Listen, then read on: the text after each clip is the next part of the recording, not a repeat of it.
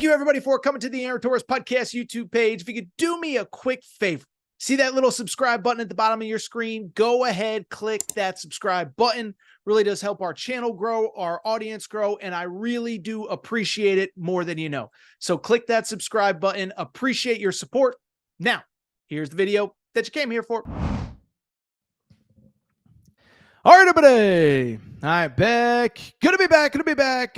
So tell you what, Thursday evening, first of all, hope everybody enjoyed our interview with Curtis Wilkerson from inside Arkansas. You know, it's interesting is that it feels like every time that we are ready to turn the page from basketball to football, interesting basketball stuff pops up. We just talked to Curtis about a lot of Arkansas-related things. If you missed that, go back and check it out. But I only bring it up because on what is today? Thursday. Can't even keep my day straight. On Thursday afternoon, we got a very interesting piece of basketball recruiting news that I do think is worth addressing here just for a minute. We don't have to overreact to it, but it involves one of the top high school basketball players in America that is now reclassifying. So we talked about the 2026 class a lot. It's a little bit of a weaker class. You know, guys are going to emerge, but it doesn't really have the frontline talent that the 2025 class did. And so because of it, one thing that we've talked about pretty regularly is the possibility of some of the top players in the class of 2027, guys that would have been juniors, reclassifying into 2026 to try to speed up their process. Well, I bring it up because that's exactly what happened here on Thursday in the world of college hoops recruiting. This is a big one. This is an important one. Let's pay attention here. Bab Oladotun, okay? Bab Oladotun, I apologize for the mispronunciation, but listen, if you're watching this, you know. He is the number one player in the class of 2027. We're going to get into his game, this, that, but he was the number one player in the class of 2027. He announced through all of the regular channels, be it Joe Tipton, be it 24/7 Sports, that he has officially decided that he is going to reclassify into 2026. All of a sudden, we get a very intriguing five-star prospect, and all of a sudden, a recruitment that I think was kind of on the back burner, kind of just a guy that I think a lot of fan bases kind of knew. Well, guess what? He is getting, he's going to be enrolling and getting ready to play college basketball about a year from now, probably about 9 months, honestly. And so this recruitment is going to speed up. Let's talk about the player. Let's talk about his game. And let's talk about, although it is very early, where he could hypothetically end up. So first of all, again, I'm going to mispronounce this name. I went out of my way to practice this, I swear, and I'm still going to screw it up. But Bab Oladotun, he is a player that is out of the state of Maryland. And I think what's interesting about him, again, he was the number one player in the class of 2027, has announced he's going to reclassify. Why it's interesting, first of all, as far as his game is concerned, he's one of these guys that is just absolutely oozing with potential. He's far from a finished product, but he played AAU this summer, averaged about 14 points a game for Kevin Durant's AAU program. And why that's noteworthy is that there are a lot of Kevin Durant comparisons when you watch this player play. Now, to be clear, I'm always careful and I always give the caveat. I'm not saying that he's the equivalent of Kevin Durant at this age. I'm not saying he'll be as good as Kevin Durant, because I hate when we, put that pressure, put that unrealistic expectation on 16, 17-year-old kids.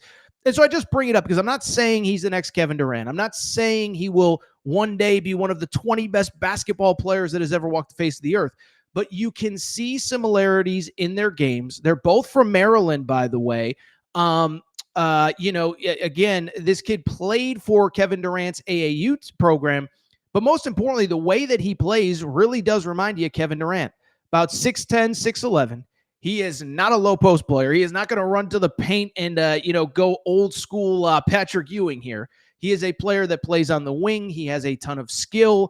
Just really like the game. 6'10", 6'11". As I said, he can step out. He can shoot threes. He can get to the rim. He can finish through contact. There is just a ton to like about his game. Now, in terms of the reclassification, to me, the news, it's frankly, I don't think it's surprising at all, if I'm being perfectly honest. If you remember about 2 weeks ago, we did a segment. It was called Projecting Where All of the Five-Star Players End Up Playing College Basketball, right?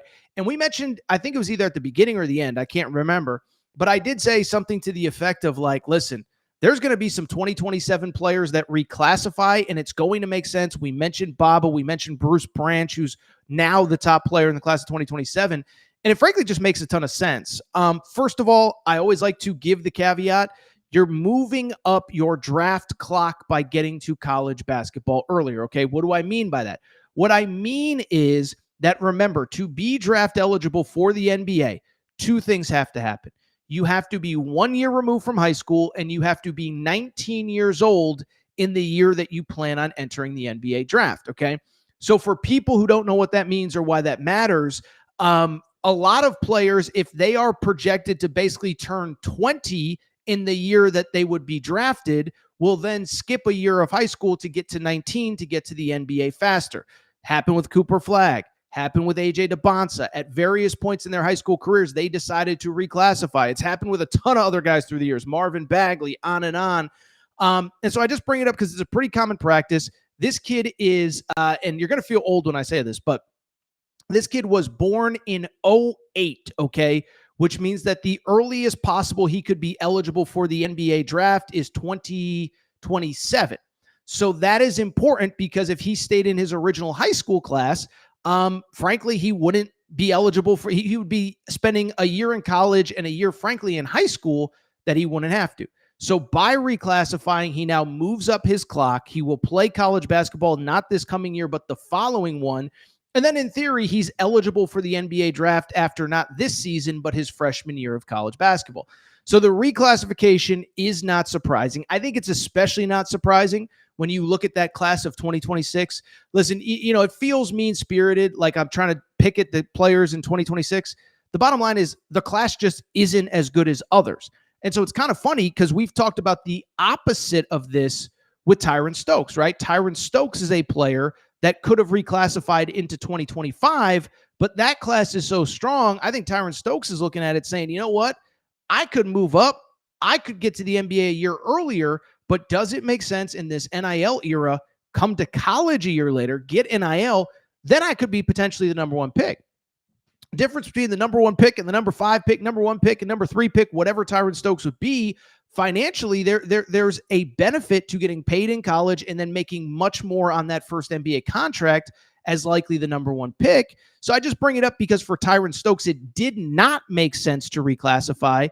And for Baba, it does make sense to reclassify and get in that class where I think he could potentially be, I think, frankly, the number 2 overall pick if things go to plan. Now, as far as his college recruitment is concerned, because I know that's where so many of you want to know, and so it's what so many of you want to know. So I'll be totally transparent. I always like to be honest, and two things are true, right? Because one, if I don't say anything, you guys get mad. Oh, Torres, why'd you drag me here if you're not going to say anything? But two, sometimes in a college recruitment, there isn't a lot of tangible information. And sometimes it's not because people are hiding or I'm hiding. It's because even the player himself doesn't know. And to me, this feels like that kind of player. You know, I know he's been planning this reclassification for a while, but now the college recruiting process starts much more in earnest because he's got to take visits, he's got to see campuses, and he's got to commit so that he can get ready to enroll next May or June.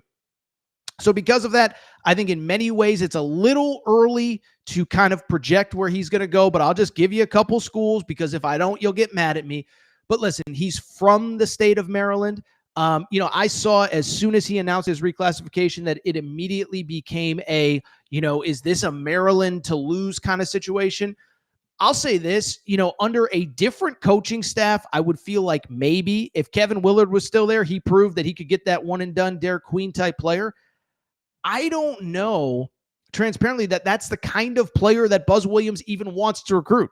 Buzz Williams is a culture guy. He's a multi-year guy. I mean, I could be wrong. I can't think of one singular one and done guy that he has had. And I just don't know that young NBA prospect. I don't know that that's the place that makes the most sense for him, but he's from Maryland. There could be NIL opportunities, and I'm sure they're going to aggressively recruit him. Worth noting, in addition to Maryland, his dad actually played at Virginia Tech. To me, that's noteworthy. Virginia Tech, I think that, you know, they're really trying to get things going here under their current coaching staff. They shook up the coaching staff in the offseason. They had some success in recruiting and in international recruiting and this and that. could this be the home run that they're looking for on the domestic front? As again, his father played at Virginia Tech many years ago. After that, I think it's going to be all the regular names. Kentucky has officially offered him. Actually, Kentucky was one of the earlier offers. So, listen, I'm not speculating. I'm not saying I know this for sure. I would assume Kentucky is going to get a visit at some point. I know that BYU is a school that offered very early in the spring and appears to be very interested as well. Arkansas is a school that offered early, was at a bunch of his games playing AAU this past summer. Kansas is another one that was at a bunch of his games. This, that, the other thing has offered, et cetera, et cetera. North Carolina, I believe, is yet another one that has offered early, was at his games, all of that. And so I just bring it up because to me, this recruitment is in its very infantile stages.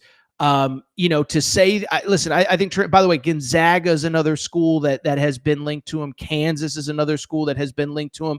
And when I say linked, I mean just offered, period, right? And so I just bring it up because this feels like one. It's a little early to say. It's a little early to speculate. There are a lot of schools that have reached out, a lot of schools that have offered, a lot of schools that could be interested. Again, he's from Maryland. His dad played at Virginia Tech, but Kentucky's offered, Arkansas's offered, BYU's offered, Memphis is offered, on and on down the list.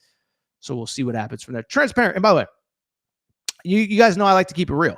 I'm not trying to, mess with you or not tell you where he's going to go. I just think it is way too early to even speculate. So, Bab Oladotun, I'm sorry if I'm tripping over your name. I know I just said it a different way, but he is officially in the class of 2026, and this recruitment officially just got interesting.